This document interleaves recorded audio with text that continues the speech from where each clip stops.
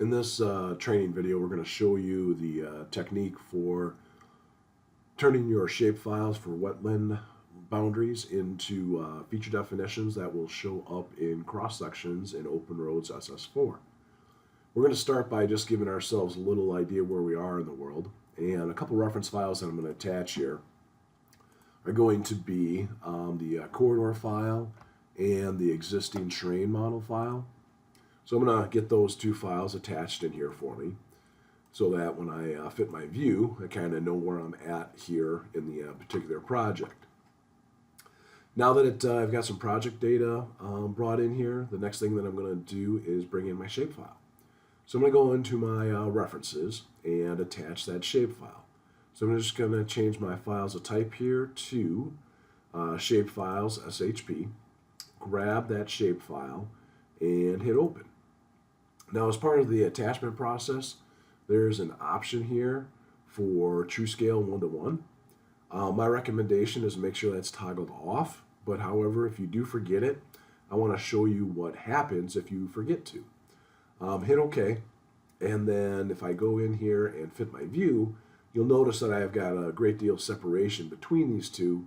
My shape files are up here, and then the rest of my project work is down here at the bottom. Okay. What happened? Well, what happened here is if I go to my reference file dialog box again and take a look at the wetlands area here, and if I go into the wetlands area and check the true scale, if I check that off right now, notice how the scale switched to meters. So it's actually doing a scale factor between the shapefile and the DJN file. This really is supposed to be 1:1 and not a adjustment scale factor. So I'm just going to set that to 1 and hit the tab key. And what's going to happen is you'll see right away that the shapes move exactly where they're supposed to be. So now they're coordinately correct. So it is something that you can do after the fact, but if you uncheck the 1:1 prior to attaching it, you won't have to do that step. So I'm just going to hit close now and take a fit and make sure everything is in the area I need it.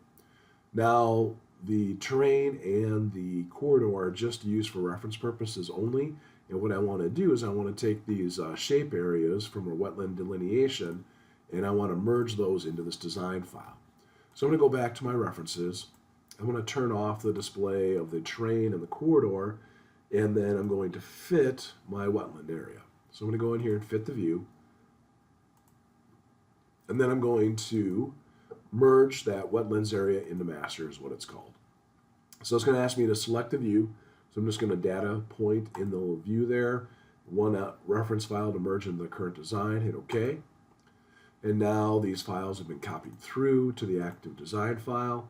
If I go to references here, the wetland shape file has been removed. Okay, so I basically copied through that reference file to this active design file. Now the next thing that I want to do is I would need to drop these features, or excuse me, drop these shapes to individual line strings so that when they are features, they will show up in cross sections. Closed shapes do not show up in cross sections.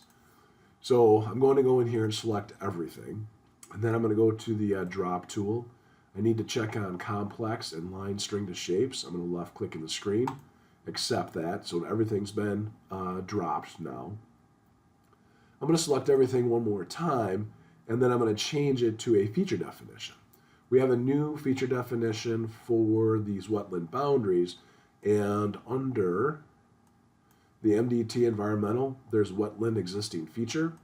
There's also impact feature, mitigated feature, and impact temporary impact feature. The feature means that it will show up in cross sections. So you want to use that instead of the boundary you may have been using before.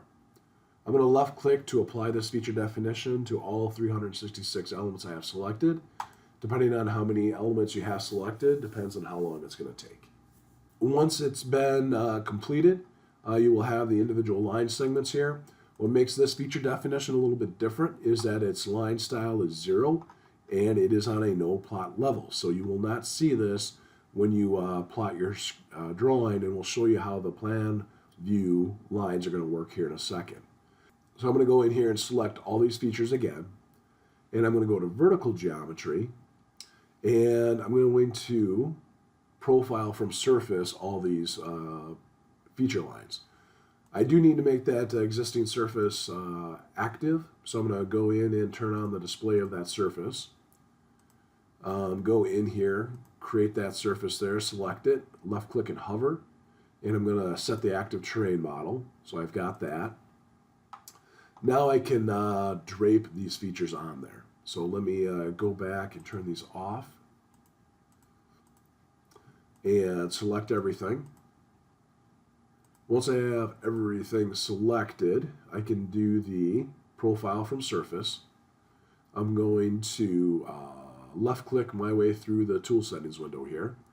I'm going to data point to do all 366. I'm going to locate the surface or reset for active. I'm going to reset. I'm going to select all points. Profile adjustment, none. Draping option on triangles. No offsets.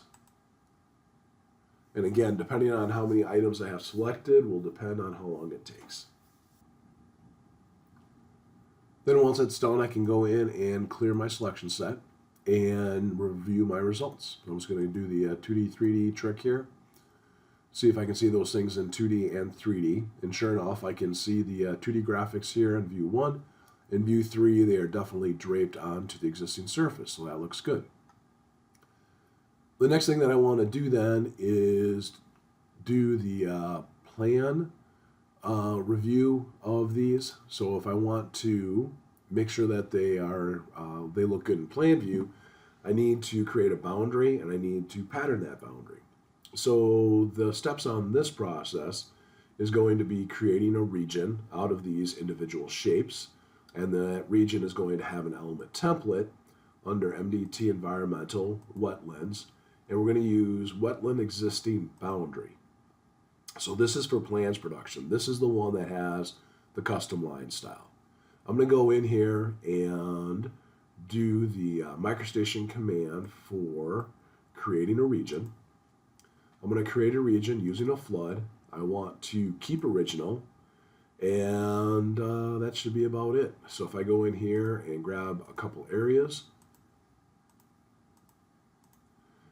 then if I go to my annotation scale and set it to 1 inch equals 100, you'll see that it's been updated. Now keep in mind that that solid line that we see underneath the WL, that is on a no plot level, so we will not see that underneath the WL. That will show up as a gap.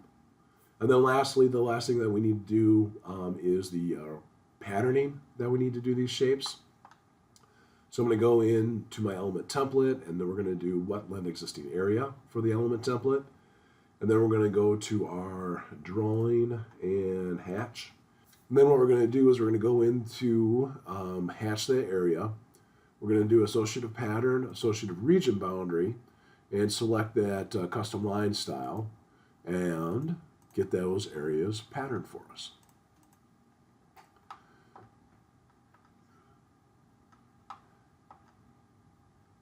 So now I want to show you what it looks like in the cross-section view. So I do want to go back and set my 3D view to a different scale. So I'm going to go into my 3D view here for a second. Set the annotation scale to 1 to 20 so I can see the wetland delineation lines in my cross-sections. And then I'm going to cut some dynamic cross-sections. I'm going to go in, turn the references back on for the existing terrain and the corridor. And I'm going to view underneath corridor here. I'm going to view some cross-section views of my corridor.